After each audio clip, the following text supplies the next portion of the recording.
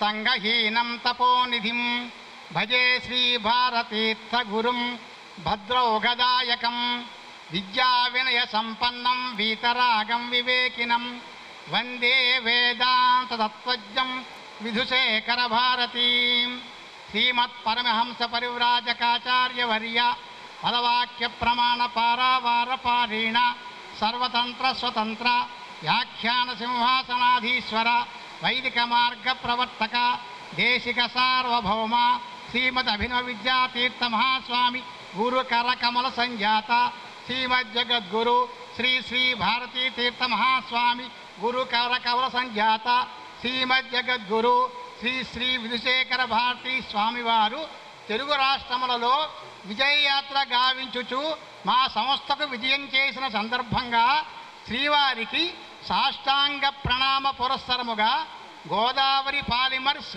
సమర్పించుకొను స్వాగత పత్రము. అపార కరుణా సముద్ర సనాతన సంప్రదాయమును అనుసరించులను తమ గురువుగా భావిస్తారు. భారతదేశములో ఆస్తికత లుప్తప్రాయమై వైదిక ధర్మము కనుమరుగవుతున్న తరుణంలో సమస్త దేవతల ప్రార్థనను మన్నించి సాక్షాత్ పరమశివుడే కాలడి అగ్రహారమందు శ్రీ శంకరులుగా అవతరించిరి. బాల్యమందే వేదశాస్త్రములను అపోసన పట్టిన శ్రీ శంకరులు అసమాన ప్రతిభా పాటవములతో ప్రతిపక్షవాదములను ఖండించి అద్వైత సిద్ధాంతమును సర్వజన సంవేద్యమగు రీతిలో దృష్టాంతపూర్వకముగా సిద్ధాంతీకరించిరి. శ్రీరామ శ్రీకృష్ణాది అవతారముల వలె దుష్టశిక్షణే అనే అంశము లేకుండా తద్భిన్నముగా కుమతములను ఖండించి సనాతన ధర్మమును పునరుద్ధరించి సమస్త ఆస్తిక జన హృదయములలో విశిష్ట స్థానమును అలంకరించి జగద్గురువులుగా గణతికెక్కారు. అలాగే చతుర్వేదములకు ప్రతీకగా చతుర్దిశలలో శ్రీ శంకరులు స్థాపించిన ఆమ్నాయ పీఠములలో దక్షిణ దిశలో యజుర్వేద పీఠముగా శ్రీ ఋష్యశృంగ తపోభూమియగు శృంగేరి క్షేత్రములో గల శ్రీ శృంగేరి శారదాపీఠము సర్వోత్కృష్ట పీఠ విరాజముగా శోభిల్లుచున్నది. అవిచ్ఛిన్న గురు పరంపరతో విరాజమానమవుతున్న ఈ పీఠములో జగద్గురువులందరూ జ్ఞాన తపోభూషితులు, శాంత మనస్కులు, మహాత్ములు అయి లోకానుగ్రహమును కాంక్షించిన వారే. ఇట్టి అవిచ్ఛిన్న పరంపరలో 36వ పీఠాధిపతులు జగద్గురు శ్రీ శ్రీ భారతీ తీర్థ మహాస్వామి వారు పుంభావ సరస్వతులు, చుళుకీకృత వేదశాస్త్ర సముద్రులు, బహుభాషా కోవిదులు అయి అనన్వయాలంకార విషయభూతులై విరాజిల్లుతున్నారు. అధిగత తత్వాహ శిష్యజనహితాయ ఉజ్జతా సతతం అనే వాక్యమును సార్థకము చేస్తూ శిష్య సంవరణము చేసి ఉన్నారు. అన్వర్థ నామధేయా అట్టి మహనీయుల కరకమల సంజాతులు తదభిన్నులునగు శ్రీ శ్రీ విధుశేఖర భారతీ స్వామి చరణుల సకల శిష్యజన హితార్థము సర్వజన శ్రేయకామనతో తెలుగు రాష్ట్రములకు విజయయాత్రకై బయలుదేరి భాగ్యనగరమునకు విచ్చేసిన సందర్భమున గోదావరి పాలిమర్స్ పక్షాన శిష్యజన పరివార సహితముగా చర్లపల్లిలోని మా యూనిట్ను సందర్శించవలసిందిగా అభ్యర్థించగా మా ప్రార్థనను కరుణారసార్థ మనస్కులై అంగీకరించి మా ప్రాంగణమునకు విచ్చేసి మా కుటుంబమునకు ఉద్యోగ బృందమునకు అనుగ్రహాశీసులు ప్రసాదించి కృతకృత్యులను గావించిరి. దయాతరంగిత హృదయా ప్రకృతము మా సంస్థను గురించి ఈ సత్సంగ్రహముగా విన్నవించుకొనదము. పుష్కలమైన గురువునుగ్రహ సంపదతో ప్రప్రథమముగా జగద్గురు శ్రీ శ్రీ భారతీ తీర్థ మహాస్వామి వారి దివ్య ఆశీర్వచనానుసారము గోదావరి పాలిమర్స్ ప్రైవేట్ లిమిటెడ్ అను సంస్థ 1991లో ఆషాఢ శుద్ధ పూర్ణిమ నాడు ప్రారంభమైనది.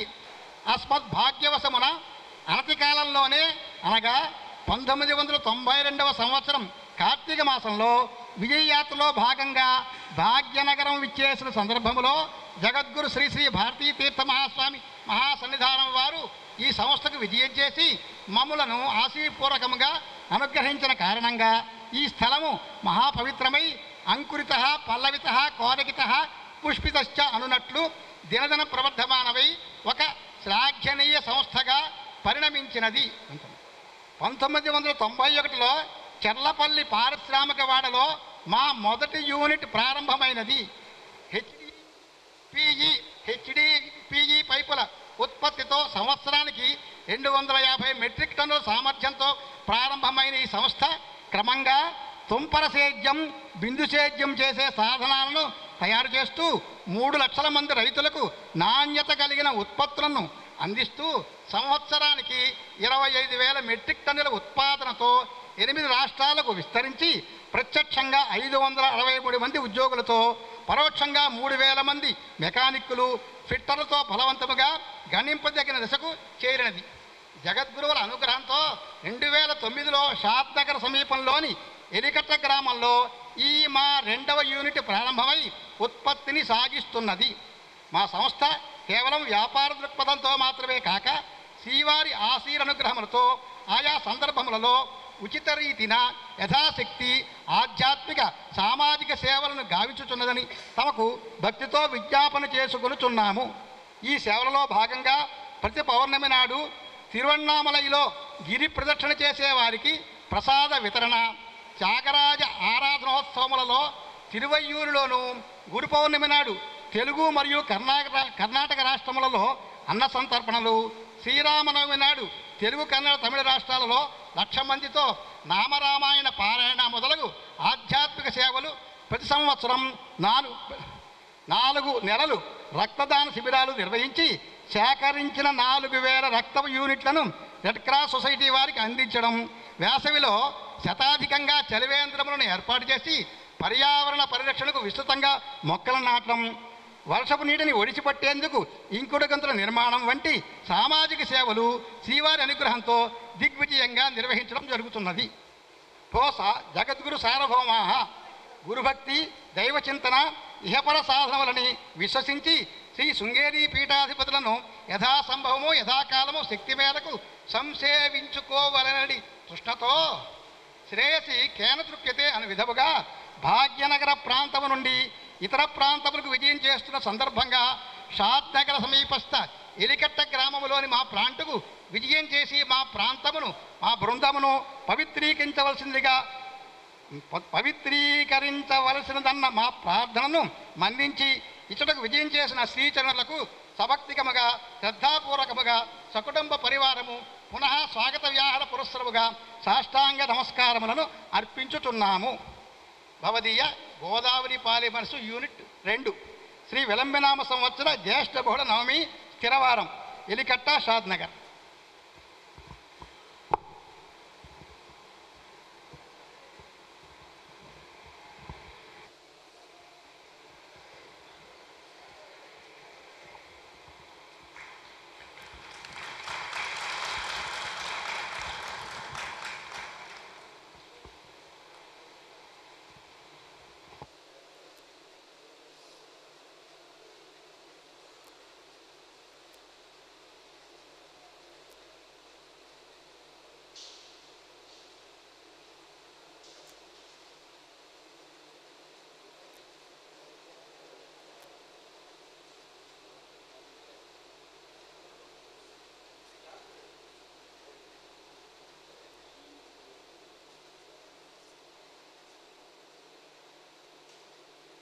సమారంభం శంకరాచార్య మధ్యమం విధుశేఖర భారతి పర్యంతం వందే గురు పరంపరం భారతీ కరుణాపాత్రం భారతీ పదభూషణం భారతీ పదమారూఢం భారతీ తీర్థమాశ్రయే విద్యా వినయ సంపన్నం వీతరాగం వివేకినం వందే వేదాంత తత్వజ్ఞం విధుశేఖర భారతి. గురువుల అనుజ్ఞతో సార్ను ఒక 4 మాటలు మాట్లాడమని కోరుతున్నాను.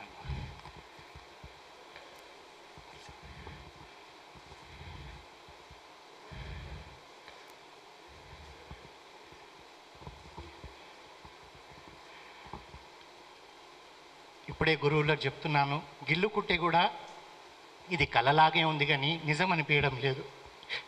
గురువుల కరుణ ఎంత ఉంటుందంటే ప్రతిసారి ప్రతి దర్శనంలో మేము అనుభవిస్తూనే ఉన్నాము, మళ్ళీ కొత్తగా అనిపిస్తుంది. మా గోదావరి పాలిమర్ సంస్థకు గురువులు రావడము ఎంత విశేషం అంటే, గురువులు మొన్న ఏప్రిల్ నెలలో చర్లపల్లి యూనిట్కి వచ్చారు. వచ్చిన తర్వాత మనిషికి ఆశ ఎక్కువ అంటారు కదా, అదేవిధంగా నేను గురువులను ఇంటికి రావాల్సిందిగా కోరాను. గురువులు వస్తానన్నారు, మళ్ళీ తర్వాత వద్దులే వచ్చాను కదా యూనిట్కి అన్నారు. అంటే అక్కడ నేను అనుకున్నది ఏమంటే గురువుల మనసులో ఇంకేదో ఉంది, అది మనకు అప్పుడు తెలియదు. తర్వాత నన్ను గుంటూరు పిలిచి చెప్పారు, ఇక్కడికి షాద్నగర్ వస్తానని. ఒకవేళ ఇంటికి వస్తే నా ఒక్కడికే ఆశీర్వచనమయ్యేదేమో, కానీ ఈ గోదావరి పాలిమర్ సంస్థకు రావడం వల్ల 500 మంది ఎంప్లాయీస్కు 500 పైచిలుకున్న మా స్టాకిస్టులకు, అంతేకాకుండా సంవత్సరానికి ఒక 3 లక్షల మంది రైతులకు మేము సేవ చేస్తున్నందుకు ఆ రైతులందరికీ ఆశీర్వచనమేమో. నెల రోజుల నుంచి లేని వర్షము గురువులు ఈరోజు రావడము, ఇంత భారీ వర్షం పడడం కూడా, ఇవన్నీ కూడా ఏంటంటే శృంగేరియే ఇప్పుడు షాద్నగర్కి వచ్చింది. ఇంత వర్షం ఈ మధ్యన మనం ఎప్పుడు కూడా చూడలేదు. ఈ విధంగా ఏ రకంగా చెప్పినా కానీ గురువుల ఆశీర్వచనం ఉంటే మనం అనుకునేవి జరుగుతున్నాయి అంటారు. అంతేకాకుండా గురు చరిత్రలో ఒక విషయం చెప్తారు, గురువుల సన్నిధికి వెళ్తే మనం గంగా స్నానం చేసినట్టుగా అంటారు. అంటే మనం గంగా స్నానం చేయాలంటే హరిద్వార్కో లేకపోతే కాశీకో వెళ్ళాలి. కానీ గురువుగారి సన్నిధికి వస్తే ఒక గంగా స్నానమే కాదు, మనకు జ్ఞానగంగ కూడా వస్తుంది. లౌకికమైనయే కాకుండా మనం ఒక మంచి మనిషిగా, మంచి మానవుడిగా వృద్ధిలోకి ఎలా వస్తామంటే గురువుల సన్నిధికి వస్తే ఆ విధంగా ఉంటుంది. అంతేకాకుండా ప్రతిదీ కూడా పెద్దలు ఏమంటారంటే త్రిమూర్తులు వస్తుంటే కూడా త్రిమూర్తుల కన్నా ముందు మన గురువులకే నమస్కారాలు చేయాలంటారు. ఎందుకంటే ఆ త్రిమూర్తుల స్వరూపమే మన గురువులు కనుక. అందులోకి శృంగేరి జగద్గురువులు అంటే అది ఈ రోజుది కాదు, త్రేతాయుగం నుంచి ఉన్న ఆ శృంగేరి నిజంగా చెప్పాలంటే ఋషశృంగ మహాపురుషులు తపస్సు చేసిన స్థలం, ఆదిశంకరులు తపస్సు చేసిన స్థలం, 37 మంది జగద్గురువులు అక్కడ నడయాడిన స్థలం. ఆ మట్టిని తీసి మన నొసటిన పెట్టుకుంటే కూడా బహుశా మన జన్మ ధన్యమవుతుంది. మనం ఏ తీర్థయాత్రకు వెళ్ళాల్సిన అవసరం లేదు. మనకు కావాల్సిన తీర్థయాత్ర అనుకోండి, క్షేత్రం అనుకోండి, అన్నీ కూడా శృంగేరే. గురువుల సన్నిధే మనకు గొప్ప విశేషం. అందులోకి గురువులు నిజంగా చెప్పాలంటే నాకు ఇంకా కలలాగానే అనిపిస్తుంది గురువులు ఇక్కడికి రావడం. ఇదంతా కూడా నా ఒక్కడిది కాదు, ఈ గోదావరి సంస్థలో ఉన్న ప్రతి ఒక్కరి అదృష్టం వల్లనే గురువులు వచ్చారు. అంతేకాకుండా ఇక్కడ 450 ఎకరాలలో ఇండస్ట్రియల్ ఎస్టేట్ డెవలప్ అయితే ఇక్కడికి వచ్చి గురువులు ఇక్కడ కూర్చున్నారంటే బహుశా ఇక్కడ ఏ రైతు పుణ్యం చేసి దున్నిన స్థలమేమో. మనమొక్కరేమే కాదు, అంతమంది ఒక పూజాఫలంతో గురువులు ఇక్కడికి వచ్చిండ్రని నేను అనుకుంటున్నాను. సర్వదా గురుదేవ, మమ్మల్నే కాకుండా ఈ సంస్థలో ఎంతోమంది ఉద్యోగం చేస్తున్నారు.